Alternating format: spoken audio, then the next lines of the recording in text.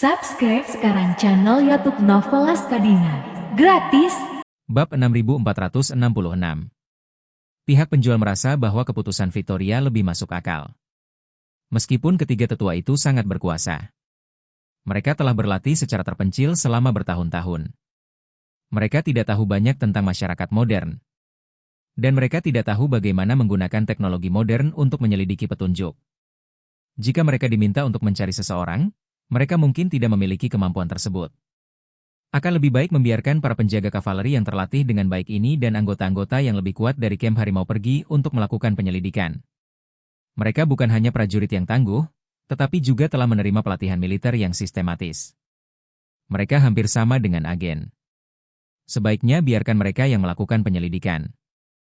Meskipun jarak garis lurus antara Nigeria dan Maroko lebih dari 3.000 km. Setelah musuh ditemukan, pesawat dapat tiba dalam beberapa jam. Dengan demikian, ketiga tetua tersebut dapat dianggap sebagai senjata nuklir untuk serangan presisi. Selama target ditemukan, peluncuran dapat dilakukan segera. Maka, tanpa ragu-ragu ia berkata, "Tetap saja, bangsawan Inggrislah yang mempertimbangkannya secara lebih komprehensif. Saya akan menyampaikan perintahnya sekarang." Perintah dari pedagang itu pertama kali diteruskan kepada ketiga tetua. Lagi pula, John harus dihukum terlebih dahulu. Maka ia meminta ketiga tetua itu untuk memotong tangan kiri Revendor. Lalu tetap berada di Nigeria dalam keadaan siaga. Setelah tangan kiri John dipotong, dia akan menyampaikan perintah lain kepadanya. Untuk menjaga John, Revendor juga secara khusus meminta ketiga tetua untuk menyegel meridian dan saraf John sebelum bertindak. Kemudian obati luka John setelah mengambil tindakan. Meskipun tangan kiri John tidak dapat diselamatkan. Setidaknya dia tidak akan merasakan sakit. Setelah menerima perintah tersebut, ketiga tetua itu segera mengakhiri retret mereka. John masih dengan cemas menunggu tanggapan dari Revendor. Bertanya-tanya bagaimana Tuhan akan menghukumnya. Letnan Jenderal Chafren telah dipanggil ke sisinya olehnya. Setelah mengetahui apa yang terjadi di Maroko, Chafren juga sangat gugup dan menunggu dengan cemas bersama John. Saat itu, seseorang buru-buru datang untuk melapor. Panglima Agung, ketiga tetua telah keluar dari tempat persembunyian dan sedang menuju ke sini.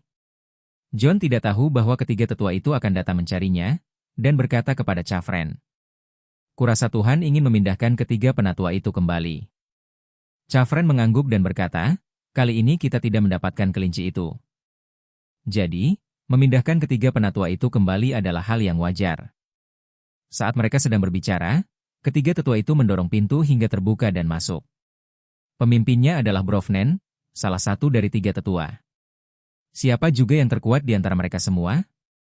Begitu memasuki pintu, dia menatap John dan bertanya dengan tak berdaya. "Saya dengar Anda melakukan kesalahan?" Ketiga tetua itu datang ke Nigeria, dan John, yang masih junior, telah mengikuti mereka dan melayani mereka. Dia sudah akrab dengan ketiga tetua itu. Ketiga tetua itu cukup puas dengan junior tersebut yang pandai menangani berbagai hal. Jadi ketika mereka menerima perintah untuk memotong tangan kirinya, mereka merasa simpati.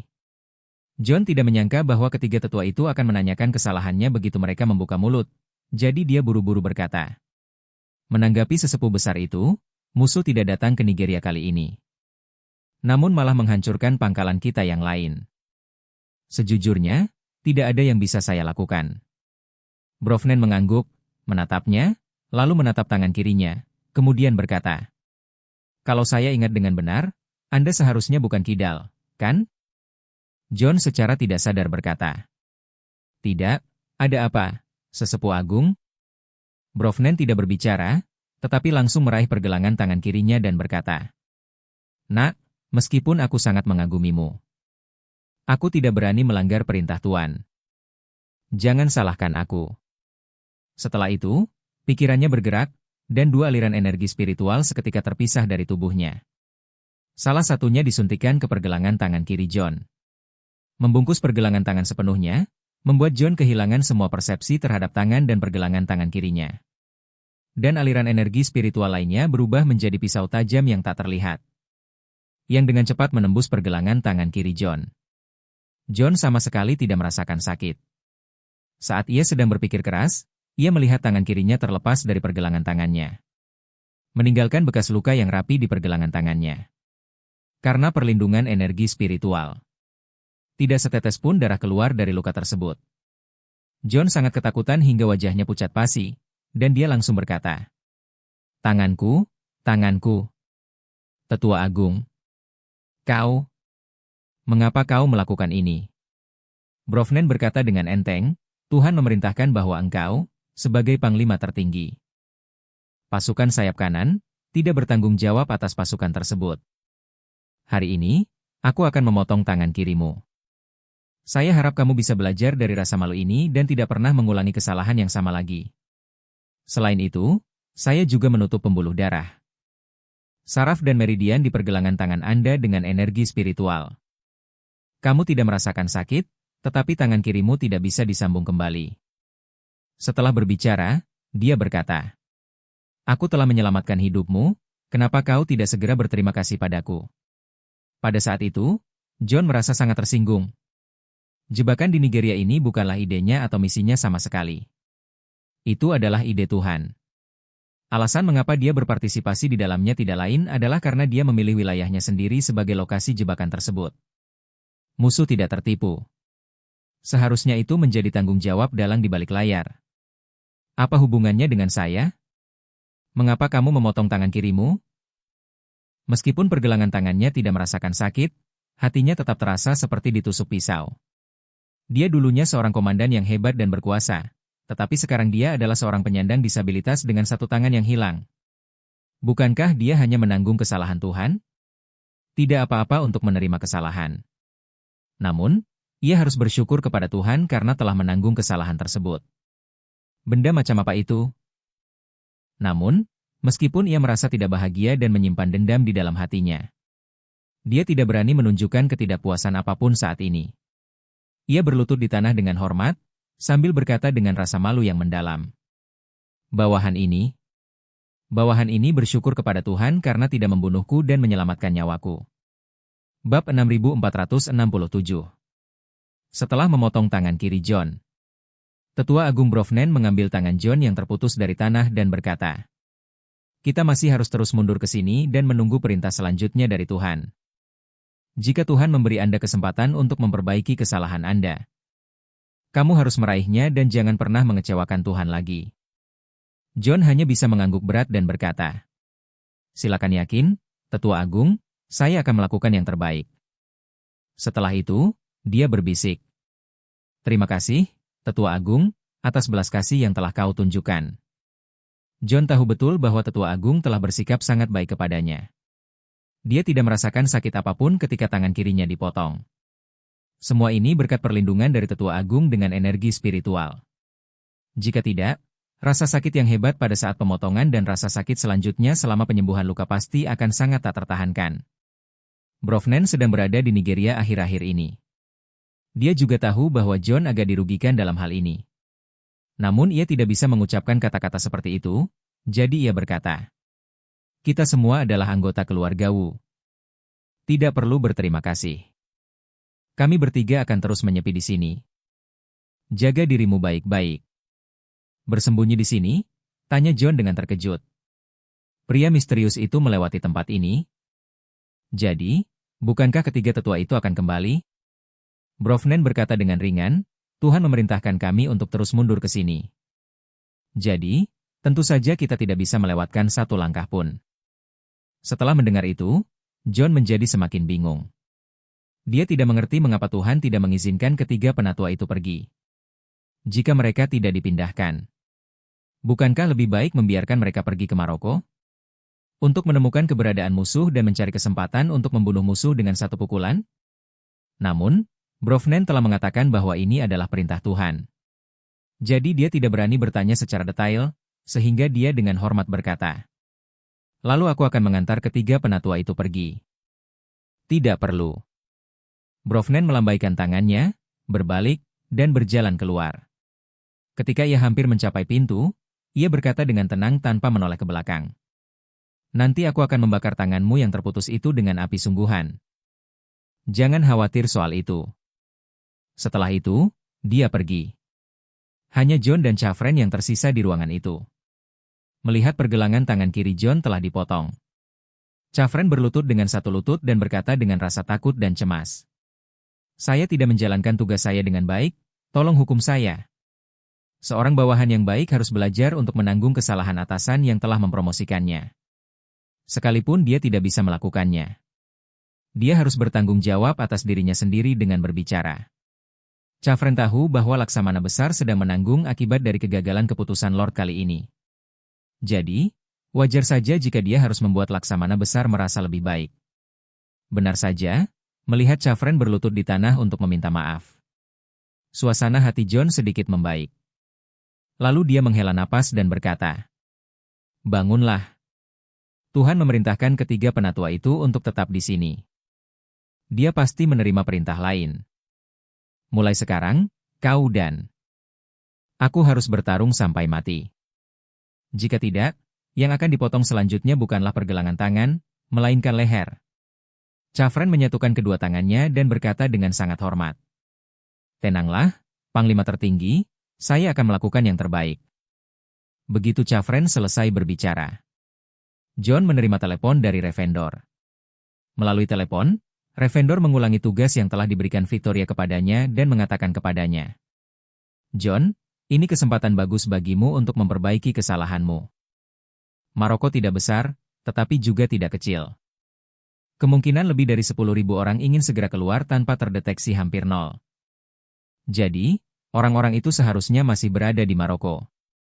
Segera kirim semua pengawal Siaki di Nigeria dan semua pengawal harimau dari kamp pengawal harimau kantor gubernur tentara kanan Anda. Meskipun Anda harus menggali sedalam 3 kaki ke dalam tanah. Kamu harus menemukan petunjuk agar kamu bisa menemukan petunjuk mereka. Segera beritahu ketiga penatua itu, dan mereka akan bergegas datang dalam waktu singkat dan melenyapkan kekhawatiran terbesar Tuhan di tempat itu juga. Pada saat itu, Anda akan telah memberikan kontribusi yang besar." Bab 6468. John langsung berkata, "Kakek, jangan khawatir. Revendor akan melakukan yang terbaik kali ini. Tidak hanya seluruh pasukan pengawal harimau yang akan dikirim ke sana. Namun Letnan Jenderal Yuan dan saya juga akan segera berangkat ke Maroko untuk mengambil Al." Revendor berkata kepadanya, "Cepat beritahu semua anggota kantor gubernur tentara kanan untuk segera mengevakuasi Napoli dan mengaktifkan alamat cadangan. Bagaimanapun, tidak mungkin ada kerugian lain. Apakah kamu mengerti?" "Saya mengerti." John berkata dan bertanya dengan ragu-ragu, "Kakek, saya ingin mengajukan pertanyaan kepada Anda secara pribadi." Penjual berkata, "Silakan." John melihat luka di pergelangan tangan kirinya dan bertanya padanya, "Tanganku, apakah ada kemungkinan untuk tumbuh kembali?"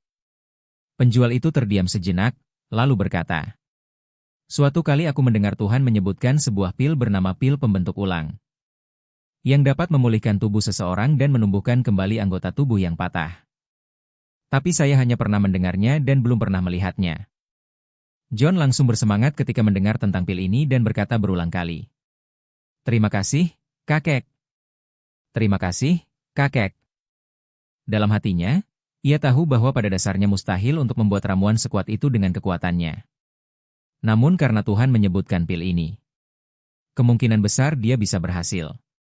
Jika dia berprestasi baik di masa depan dan meraih prestasi besar, Tuhan mungkin akan memberinya hadiah berupa pil pembentuk ulang. Dan kemudian dia akan bisa kembali normal. Setelah menutup telepon Revendor dengan ucapan terima kasih yang sebesar-besarnya, John langsung berkata kepada Chafren, "Tuhan telah memerintahkan agar semua pengawal kavaleri di sini dipindahkan ke Maroko. Anda harus segera menghubungi Santongzi dan memintanya untuk mengirim semua pengawal harimau ke Maroko. Kita perlu menemukan petunjuk mereka di Maroko." Chafren berkata dengan hormat, "Panglima Besar, tunggu sebentar. Saya akan segera memberitahu Anda." Saat itu, Charlie sudah bertemu dengan Wan Po Jun dan yang lainnya. Di malam yang gelap, semua orang bergegas menuju pabrik makanan. Berusaha tiba sebelum fajar. Dalam perjalanan, Charlie menerima telepon dari Duncan. Melalui telepon, dia berkata kepada Charlie, "Tuan Wade, mesin penjual otomatis yang kami pasang di Nigeria telah mencatat pergerakan personel dalam skala besar di ladang minyak Nigeria. Setidaknya ratusan orang sedang berkendara menuju bandara." Charlie bertanya dengan rasa ingin tahu. Banyak sekali orang? Pasukan kavaleri pengawal di sana paling banyak hanya beberapa ratus orang. Apakah mereka semua sudah keluar? Seharusnya memang begitu. Duncan mengatakan, maskapai penerbangan lokal untuk sementara menambahkan 2 penerbangan charter. Rute tersebut telah diajukan, dan pesawat itu akan lepas landas dalam 1,5 jam lagi. Dan tujuannya adalah Casablanca. Charlie tersenyum dan berkata, sepertinya Victoria sedikit cemas kali ini. Dia mengirim begitu banyak pengawal kavaleri dalam waktu singkat. Mungkin untuk mengetahui keberadaan kami. Ya, kata Duncan. Setelah mereka tiba, mereka pasti akan mulai mencari petunjuk dari Duke Mining. Namun, polisi Maroko pasti akan tiba lebih dulu dan mulai melakukan penyelidikan. Dengan kehadiran polisi setempat, semuanya tidak akan berjalan mulus bagi mereka. Diperlukan setidaknya 10 hari atau setengah bulan untuk menutupi area pabrik makanan tersebut. Pada saat itu, kita sudah meninggalkan tempat ini. Duncan berkata, selain itu, AI telah meninggalkan beberapa petunjuk palsu dalam sistem pemantauan pelabuhan Casablanca. Jika petunjuk-petunjuk itu bisa menyesatkan mereka, maka arah penyelidikan mereka akan sangat berbeda dari lokasi kita sebenarnya. Saya khawatir pada akhirnya, ini akan menjadi buang-buang waktu. Charlie berkata, jangan terlalu percaya diri dalam segala hal. Dan jangan anggap enteng. Kita tidak boleh gugup atau santai. Dan kita harus melanjutkan dengan mantap sesuai dengan rencana yang telah kita tetapkan. Bab 6469. Setelah ratusan pasukan kavaleri meninggalkan stasiun di Nigeria, John juga pergi dengan mobil ditem ditemani oleh Chafren. Namun, John mengemudi ke arah yang berlawanan dengan para pengawal kavaleri, menuju ke Abuja, ibu kota Nigeria. Alasan pergi ke Abuja adalah karena John merasa bahwa ratusan penjaga kavaleri kini memainkan kartu mereka secara terang-terangan dan pasti telah terbongkar. Dia memanfaatkan kesempatan yang diberikan oleh pasukan pengawal kavaleri untuk menarik perhatian pihak lawan dan mengambil jalan memutar dari Abuja ke Maroko, yang pasti jauh lebih aman. Namun John tidak pernah menyangka bahwa kendaraan yang ditumpanginya telah dikuasai oleh mesin penjual otomatis. Sejak saat dia meninggalkan ladang minyak, dan juga masuk dalam lingkup pemantauan utama oleh AI. Dibutuhkan setidaknya 6 atau 7 jam untuk berkendara dari ladang minyak ke Abuja.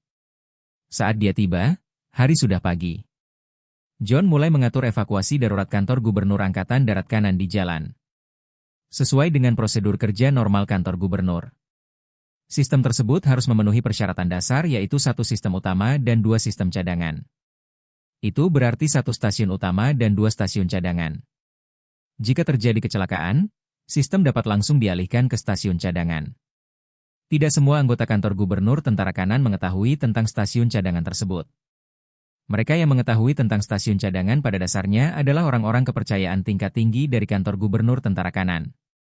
Dengan kata lain, mereka adalah orang-orang milik keluarga Wu sendiri. Bahkan Chafren pun tidak tahu di mana kedua stasiun cadangan itu berada sekarang. Alasan dibalik kerahasiaan yang ketat adalah untuk mencegah masalah internal. Saat ini, stasiun cadangan kantor gubernur Tentara Kanan berada di Spanyol dan Lituania. Yang pertama terletak dekat dengan Selat Gibraltar. Yang terakhir terletak di jantung Laut Baltik. Setelah rotasi darurat dimulai, seluruh kegiatan kantor gubernur Tentara Kanan akan dihentikan sementara. Kemudian, para pejabat tingkat tinggi yang mengetahui cabang stasiun cadangan akan mengorganisir semua orang untuk segera berangkat. Namun tidak akan memberitahu mereka kemana harus pergi.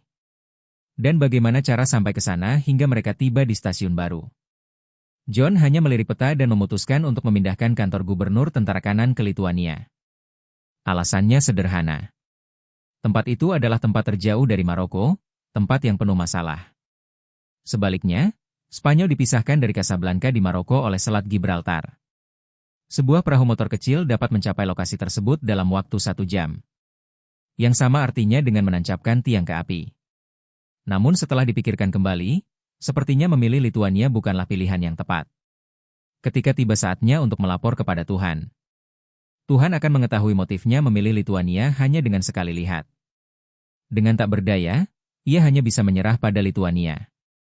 Dan beritahukan kepada orang-orang kepercayaan keluarga Wu untuk segera mempersiapkan pemindahan seluruh kantor gubernur Tentara Kanan ke Spanyol. Pada saat yang sama, Ravendor juga melaporkan keputusan John kepada Victoria. Dan berkata kepadanya, "Tuhan, John memutuskan untuk pergi ke Maroko untuk menebus kesalahannya. Dan bersumpah untuk menemukan petunjuk tentang musuh." Victoria mengangkat alisnya dan berkata, "Karena dia akan pergi, beritahu ketiga tetua itu untuk bersiap-siap dan berangkat ke Maroko besok." Penjual itu bertanya padanya, "Tuhan, bukankah engkau meminta ketiga penatua itu untuk menunggu kabar dari Nigeria? Mengapa mengirim mereka keluar pada saat seperti ini?" Victoria berkata, "Beberapa ratus anggota Cavalry Guards dan Tiger Guards mungkin tidak mampu menarik perhatian pihak lawan. Pihak lawan hanya pernah mengalahkan kami sekali di Maroko. Saya rasa mereka tidak akan mengambil risiko hanya untuk membunuh beberapa pengawal kavaleri dan pengawal harimau. Tapi akan berbeda jika John pergi ke sana. Dia adalah panglima tertinggi kantor Komandan Angkatan Darat Kanan. Jika pihak lain tahu dia ada di sana, mereka mungkin tidak akan mampu menahan diri dan menyerangnya. Membiarkan ketiga tetua itu mengikutinya secara diam-diam. Hal itu tidak hanya akan memberi mereka kesempatan untuk membunuh musuh dengan satu pukulan, tapi juga lindungi keselamatan John." Ravendor tahu bahwa tuan itu berencana menggunakan John sebagai umpan. Dalam situasi ini, pihak lain telah meraih kemenangan besar dalam pertempuran. Pertama, jadi, wajar saja jika mereka tidak berniat untuk bertarung lagi. Kecuali jika muncul target yang sangat berharga. Mereka pasti ingin meraih kemenangan. Dengan cara ini, John memang umpan yang bagus. Terlebih lagi, dengan ketiga tetua yang secara diam-diam menjaganya, John tidak akan berada dalam bahaya apapun. Maka Ravendor langsung berkata, "Tuhan itu bijaksana. Saya akan menyampaikan perintah ini kepada ketiga tetua." Bab 6470. Saat John tiba di Bandara Abuja, dia tidak tahu itu sebelum dia keluar dari mobil. Kendaraan yang ditumpanginya telah berada dalam jangkauan pemantauan sejumlah besar mesin penjual otomatis di bandara, agar bisa sampai ke Casablanca secepat mungkin. John memerintahkan seseorang untuk menyewa jet bisnis terlebih dahulu dan menunggu di bandara. Saat ia tiba di bandara, hari sudah pagi. Dia keluar dari mobil dan langsung pergi melalui jalur VIP bersama Chafren menuju terminal VIP untuk pemeriksaan keamanan. Saat ini di Bandara Abuja, sekalipun tidak ada satu mesin penjual otomatis setiap 3 langkah. Setidaknya ada satu setiap 30 meter. Peralatan pemantauan di mesin penjual otomatis ini menggunakan lensa ultradefinisi tinggi sudut lebar, yang pada dasarnya menghasilkan sudut tembak 180 derajat. Selain itu, semuanya diletakkan menempel di dinding. Jadi, tidak ada titik buta pemantauan. John berada dalam jangkauan pemantauan sejak dia keluar dari mobil hingga gerbang keberangkatan. Saat itu, Charlie dan semua orang lainnya tiba di pabrik makanan sebelum fajar. Duncan dan para penjaga kavaleri serta prajurit maut lainnya telah menunggu di sini sejak lama. Melihat Duncan, Charlie bertanya kepadanya, "Inspektur Lee, apakah semuanya berjalan lancar di sini?" "Semuanya berjalan lancar," kata Duncan. "Tuan Wade, regu pembunuh dan pasukan kavaleri ini sangat disiplin. Tidak terdengar suara apapun dari luar. Dan tidak terlihat adanya kekurangan. Saya telah menempatkan penjaga rahasia di sekitar sini. Dan tidak ada orang mencurigakan yang terlihat mendekat." "Oke." Charlie mengangguk dan berkata, "Kami akan mulai melakukan evakuasi secara bertahap mulai malam ini. Untuk menghindari masalah apapun, kami akan berupaya mengevakuasi mereka semua dari Maroko dalam waktu 5 hari. Duncan berkata, 5 hari seharusnya tidak masalah. Tapi Tuan Wade, AI baru saja memberikan peringatan dini. Mereka menggunakan mesin penjual otomatis kami untuk menangkap 2 orang mencurigakan yang menyimpang dari markas mereka di Nigeria ke Abuja dan menaiki jet bisnis dari Abuja ke Casablanca." Charlie bertanya dengan rasa ingin tahu, bukankah resimen kavaleri Nigeria terbang langsung dari Lagos ke Casablanca? Kedua orang ini memilih untuk pergi jauh daripada dekat. Mungkin karena mereka tidak ingin ketahuan oleh kita, kan? Duncan mengangguk dan berkata, "Itu tebakanku." Sambil berbicara, dia mengeluarkan ponselnya, membuka foto wajah beresolusi tinggi John dan Chafren yang diambil di Bandara Abuja. Lalu berkata, "Lihat, ini dia 2 orang itu." Charlie mengambilnya dan melihatnya. Lalu dia menyerahkannya kepada Ria yang berada di sampingnya dan bertanya padanya. Nona Song, apakah Anda mengenal kedua orang ini? Ria melihat lebih dekat dan berkata dengan terkejut. Mereka berdua adalah Panglima Besar dan Letnan Jenderal Yuan dari kantor Komandan Tentara Kanan. Ketika Charlie mendengar bahwa itu adalah Panglima tertinggi, dia langsung tertarik dan berkata, "Ceritakan secara detail." Ria menunjuk John di foto itu dan menjelaskan. Ini adalah Panglima Besar John Woo. Dan yang lainnya adalah Letnan Jenderal Chavren Yuan dari kantor Komandan Angkatan Darat Kanan. Chavren adalah orang kepercayaan Panglima tertinggi. Charlie berkata dengan terkejut. John ini benar-benar datang ke Maroko secara langsung. Sepertinya dia ingin mengawasi pasukan di tempat. Ria berkata, Pak Wade membuat keributan besar. Panglima Agung pasti tidak akan lepas dari kesalahan. Kehadirannya secara langsung untuk mengawasi pasukan saat ini dapat dianggap sebagai bukti kesetiaannya kepada Tuhan. Charlie mengangguk, melihat-lihat beberapa gambar yang dipilih oleh Ai.